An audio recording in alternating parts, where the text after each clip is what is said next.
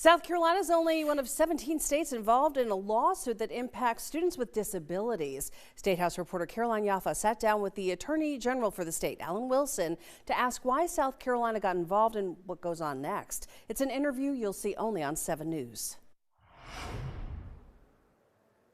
You may have heard about 504 plans in schools. It's a law that's been around for more than 50 years, and it makes it illegal for any program receiving federal funding like schools to discriminate against a person with disabilities. Last year, South Carolina joined Texas in a lawsuit that could affect 504 plans. It's part of the Rehabilitation Act, covering students with any physical or mental impairment limiting major life activities or daily functions, learning disability, chronic illness, and mental health conditions. I've had members of my staff with children that received the accommodations under Section 504. Last year, President Joe Biden expanded the term disability to include gender dysphoria, prompting several states to sue the federal government. President Donald Trump signed an executive order to erase President Biden's change to the law. South Carolina Attorney General Alan Wilson says by entering the lawsuit, he never wanted to get rid of Section 504, just President Biden's changes. I would never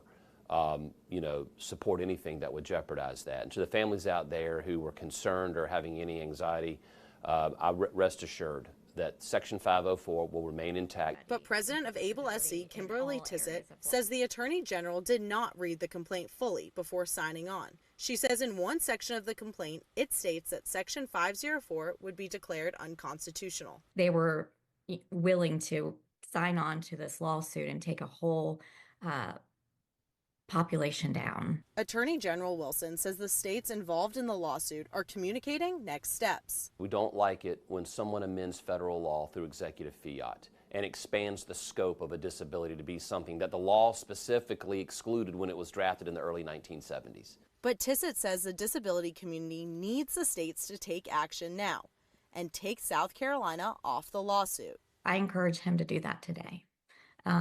If he wants to continue to be an ally for the disability community, which I know he is, we need him to remove South Carolina immediately. And with his leadership, he can influence other states. In Columbia, Caroline Jaffa, 7 News. As of today, South Carolina is still named in the lawsuit. Attorney General Wilson says the 17 states are talking about terminating the complaint because of President Trump's executive order.